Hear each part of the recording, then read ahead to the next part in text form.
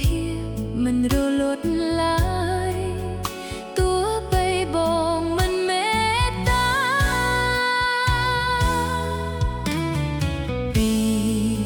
ស្រីម្នាក់ធ្លាក់អន់លងស្នេហ៍ទោះខូចចិត្តព្រោះមាសមេក៏នៅមិនប្រែចិនតាមិនគិតខ្លួនឯងខ្លាចក្រែងបងមានបញ្ហាខ្លាចបងព្រួយខ្លាចបងសោកកា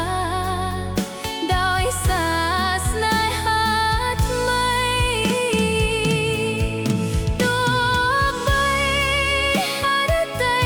អូនត្រូវញ៉ាំញីរលួយខ្ទេចទីដោយសារចិត្តប្រមិនប្រណីក៏អូននៅទ្រាំឈឺចាប់ម្នាក់ឯងមិនស្ដីបណ្ដោយឲ្យគេវាយដំឡៃស្រីទ្រាំបានគ្រប់បញ្ហា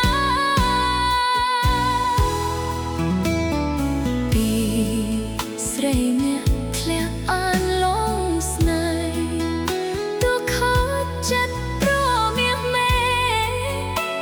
ក៏